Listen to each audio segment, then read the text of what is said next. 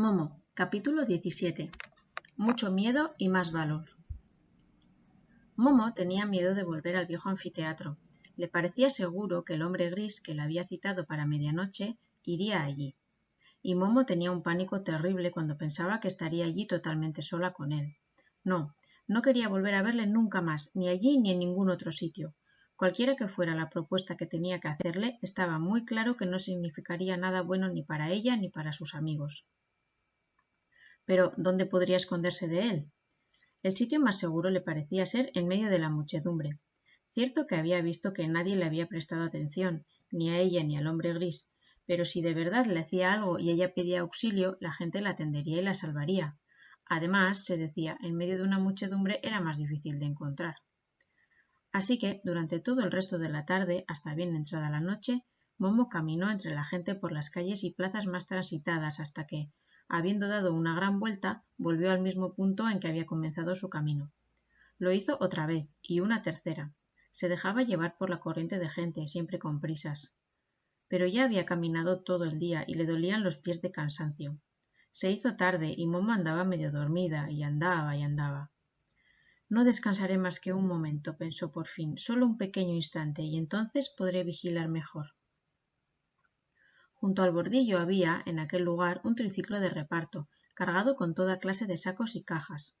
Momo se subió a él y se apoyó contra un saco agradablemente blando. Alzó los cansados pies y los recogió debajo de su falda. ¡Ah, qué bien se estaba! Suspiró aliviada, se arrebujó contra el saco y se durmió de agotamiento antes de que se hubiera dado cuenta. Le agitaron sueños confusos. Vio al viejo Beppo, que usaba su escoba con tiento mientras se balanceaba sobre una cuerda por encima de un abismo tenebroso. ¿Dónde está el final?, le oía gritar una y otra vez. ¡No encuentro el final! Y la cuerda parecía efectivamente interminable. Desaparecía en la oscuridad por ambos extremos. Momo habría querido ayudar a Beppo, pero ni siquiera consiguió que la viera. Estaba demasiado lejos, demasiado arriba. Después vio a Gigi, que se sacaba de la boca una interminable tira de papel. Tiraba y tiraba, pero la cinta de papel ni se acababa ni se rompía. Gigi estaba ya encima de una montaña de tiras de papel. A Momo le pareció que la miraba suplicante, como si ya no pudiera respirar si ella no la ayudaba. Quiso correr en su ayuda, pero sus pies se enredaron en las tiras de papel. Cuanto más intentaba librarse de ellas, más se enredaba. Entonces vio a los niños. Eran planos como naipes. En cada carta se habían perforado muchos agujeros. Se barajaban las cartas que tenían que ordenarse de nuevo y les perforaban más agujeros. Los niños naipes lloraban en silencio, pero volvían a barajarlos, con lo que hacían un ruido trepidante. ¡Alto!, quería gritar Momo. ¡Paren! Pero la trepidación era más fuerte que su débil voz, y se hacía cada vez más fuerte hasta que se despertó. En un primer momento no supo dónde se encontraba, porque todo estaba oscuro. Pero entonces recordó que se había montado en un triciclo, y el triciclo estaba ahora moviéndose y su motor hacía ruido. Momo se secó las mejillas, húmedas de lágrimas. ¿Dónde estaba? El triciclo debía haber circulado un buen rato sin que ella se diera cuenta, porque ya estaba en aquella parte de la ciudad que de noche parecía deshabitada. Las calles estaban desiertas y las casas oscuras. El triciclo no iba a prisa y Momo saltó de él antes de pensárselo 2 veces. Quería volver a las calles animadas, donde se creía segura de los hombres grises, pero de repente recordó lo que había soñado y se paró. El ruido del motor se perdió lentamente en las calles oscuras y se hizo el silencio. Momo ya no quería huir. Se había ido con la esperanza de salvarse. Todo el tiempo había pensado solo en sí misma, en su propio abandono, en su miedo, cuando en realidad eran sus amigos los que estaban en peligro. Si había alguien que podía ayudarlos todavía, era ella. Por pequeña que fuera la posibilidad de que los hombres grises soltaran a sus amigos, había que intentarlo. Después de pensar esto, sintió, de pronto, un cambio dentro de sí. El sentimiento de miedo y desamparo se había hecho tan grande que repentinamente se volvió en su contrario. Lo había superado. Ahora se sentía tan valerosa y confiada como si ninguna fuerza del mundo pudiera hacerle nada. O, mejor dicho, ya no le importaba nada lo que le pudiera ocurrir. Ahora quería encontrarse con los hombres grises, lo quería a cualquier precio. Tengo que volver enseguida al anfiteatro, se dijo. Puede que no sea demasiado tarde, puede que me espere todavía. Pero eso era más fácil decirlo que hacerlo. No sabía dónde estaba y no tenía la menor idea de hacia dónde tenía que ir. Aún así, se puso a caminar en una dirección cualquiera. Siguió andando y andando a través de las calles oscuras, muertas, y como iba descalza, no oía siquiera el ruido de sus propios pasos.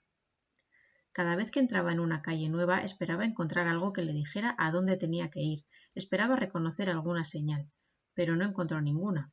Ni siquiera podía preguntar el camino a nadie, porque el único ser vivo con el que se cruzó fue un perro flaco, sucio, que buscaba algo comestible en un montón de basura y que huyó miedoso en cuanto se acercó. Por fin, Momo llegó a una plaza inmensa, vacía. No era una de esas plazas bonitas, con árboles o fuentes, sino solo una gran superficie vacía. Solo en su extremo se destacaban contra el cielo nocturno los perfiles de las casas. Momo atravesó la plaza. Cuando acababa de llegar a su centro comenzó a sonar cerca un campanario. Sonó muchas veces, de modo que podía ser medianoche. Si el hombre gris la esperaba en el anfiteatro, pensó Momo, ya no llegaría tiempo para encontrarse con él. Se iría sin haber resuelto nada. Habría perdido la oportunidad de ayudar a sus amigos, quizá para siempre. Momo se mordió el puño.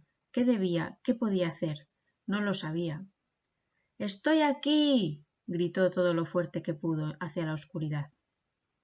No tenía la menor esperanza de que el hombre gris la pudiera oír, pero en eso se equivocaba. Apenas se había acabado el eco de la última campanada cuando se hizo notar en todas las calles que llevaban a la plaza, a la vez, un tenue brillo luminoso, que aumentaba rápidamente. Momo se dio cuenta de que eran los faros de muchos coches que se acercaban desde todos los lados hacia el centro de la plaza.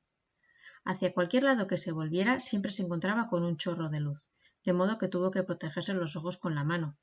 ¡Ya venían! Momo no había contado con una movilización tal. Por un instante sintió que le abandonaba el valor, y como estaba rodeada y no podía huir, se escondió lo que pudo en su chaquetón de hombre demasiado grande. Pero después pensó en las flores y en las voces de la gran música, y enseguida se sintió consolada y confortada.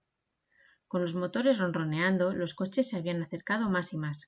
Finalmente se pararon, uno junto a otro, formando un gran círculo cuyo centro era Momo. Entonces se apearon los hombres grises. Momo no podía ver cuántos eran, porque se quedaron en la oscuridad detrás de los faros. Pero sintió que muchas miradas se posaban en ella, miradas que no contenían nada bueno. Tuvo frío. Durante un rato nadie dijo nada, ni Momo ni ninguno de los hombres grises. Así que esta, oyó por fin, que decía una voz cenicienta, es la niña Momo, que creía poder enfrentarse a nosotros. Miradla, qué poquita cosa. A esas palabras siguió un ruido castañeante que, desde lejos, podía parecerse a una risa a muchas voces. —Cuidado —dijo, retenida, otra voz cenicienta—. Saben lo peligrosa que puede llegar a ser esa niña. No vale la pena tratar de engañarla. Momo se avivó. —Está bien —dijo desde la oscuridad más allá de los faros la primera voz—. Vamos a intentarlo, pues, con la verdad por delante. De nuevo hubo un largo silencio. Momo sintió que los hombres grises temían decir la verdad. Parecía costarles un esfuerzo increíble. Momo oyó algo que parecía un jadeo de muchas gargantas. Por fin volvió a hablar uno. La voz llegaba de otra dirección, pero igual de cenicienta. Hablemos, pues, con franqueza. Estás sola, querida niña. Tus amigos están fuera de tu alcance. Ya no hay nadie con quien puedas compartir tu tiempo. Todo eso lo planeamos nosotros. Ya ves lo poderosos que somos. No vale la pena resistirse a nosotros. Todas esas horas solitarias, ¿qué son ahora para ti? Una maldición que te aplasta, un peso que te asfixia, un mar que te ahoga, una tortura que te quema. Estás marginada de todos los demás hombres. Momo escuchaba y seguía callando. Llegará un momento, continuó la voz, en que no lo soportarás, acaso mañana, dentro de una semana, dentro de un año. A nosotros nos es igual, nos limitamos a esperar, porque sabemos que tarde o temprano vendrás arrastrándote y dirás: estoy dispuesta a todo, pero libradme de esta carga. O ya has llegado a ese punto, no tienes más que decirlo. Momo movió la cabeza. ¿No quieres que te ayudemos?, preguntó glacial la voz. Desde todos lados cayó sobre Momo una ola de frío, pero ella apretó los dientes y volvió a mover la cabeza. «Sabes lo que es el tiempo», murmuró otra voz. «Eso demuestra que realmente ha estado con alguien. contestó en el mismo tono la primera voz para preguntar. ¿Conoces al maestro Ora? Momo asintió. ¿Has estado con él de verdad? Momo asintió de nuevo. ¿Así que conoces las flores horarias? Momo asintió por tercera vez, y tanto que las conocía. Volvió a hacerse un largo silencio. Cuando la voz volvió a hablar, vino de otra dirección. ¿Quieres a tus amigos, verdad? Momo asintió. ¿Y te gustaría librarlos de nuestro poder? Momo asintió otra vez. Podrías hacerlo solo con que quisieras. Momo se apretó más aún el chaquetón, porque tiritaba de frío de la cabeza a los pies. No te costaría más que una pequeñez librar a tus amigos. Nosotros te ayudamos y tú nos ayudas. Me parece que es justo. Momo miró atentamente hacia la zona de donde provenía la voz. A nosotros también nos gustaría conocer personalmente a ese tal maestro Ora, ¿sabes? Pero no sabemos dónde vive. Solo queremos de ti que nos lleves hasta él. Eso es todo. Sí, Momo, escucha bien, para convencerte de que hablamos contigo con total franqueza y honradez. A cambio te devolvemos a tus amigos y podréis vivir vuestra vieja vida, alegre y divertida. Me parece que es un buen trato. Momo abrió la boca por primera vez. Le costaba hablar, porque le parecía tener los labios congelados. ¿Qué queréis del maestro Ora? Preguntó lentamente. Queremos conocerle, replicó la voz con dureza, y el frío aumentó. Eso te ha de bastar. Momo calló y esperó. Corrió cierto movimiento entre los hombres grises. Parecían ponerse intranquilos. No te entiendo, dijo la voz. Piensa en ti y en tus amigos. ¿Por qué te ocupas del maestro Ora? Es lo suficientemente mayor como para ocuparse de sí mismo, y además, si es razonable y llega a un acuerdo amistoso con nosotros, no le tocaremos siquiera un cabello. En caso contrario, tenemos nuestros medios para obligarle. ¿A qué? Preguntó Momo con los labios morados. De repente, la voz sonó chillona y agotada cuando contestó. Estamos hartos de reunir penosamente una a una las horas, los minutos y los segundos de los hombres. Queremos todo el tiempo de todos los hombres, y tiene que dárnoslo Ora. Momo miró horrorizada en la dirección de la que venía la voz. ¿Y los hombres? Preguntó. ¿Qué será de ellos? Los hombres, gritó la voz en falsete, hace tiempo que son inútiles.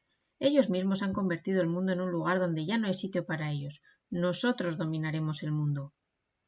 El frío ahora era tan terrible que Momo solo podía mover los labios con dificultad, pero no podía decir palabra. Pero no te preocupes, pequeña Momo, prosiguió la voz ahora baja y halagadora. Tú y tus amigos, vosotros quedáis excluidos.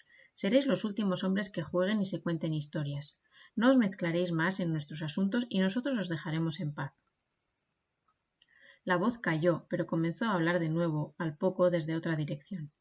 Sabes que hemos dicho la verdad, mantendremos nuestra promesa, y ahora llévanos a casa de Ora. Momo intentó hablar, casi había perdido el conocimiento por el frío. Después de varios intentos consiguió decir, ni aunque pudiera lo haría. Desde algún lugar llegó una voz amenazadora. ¿Qué significa eso de que si pudieras? Sí puedes, has estado en casa de Ora, o sea que sabes el camino. No lo encontraría de nuevo, susurró Momo. Lo he intentado, solo Casiopea lo sabe.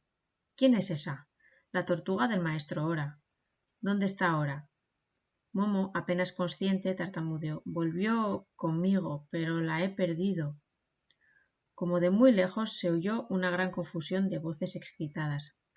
¡Alarma general! Oyó gritar. ¡Hay que encontrar la tortuga! ¡Hay que registrar todas las tortugas! ¡Hay que encontrar a Casiopea! Las voces se difuminaron. Se hizo el silencio. Momo se recuperó poco a poco. Estaba sola en medio de la gran plaza, sobre la que solo soplaba una racha de viento gris, un viento que parecía no venir de ningún lado, un viento helado.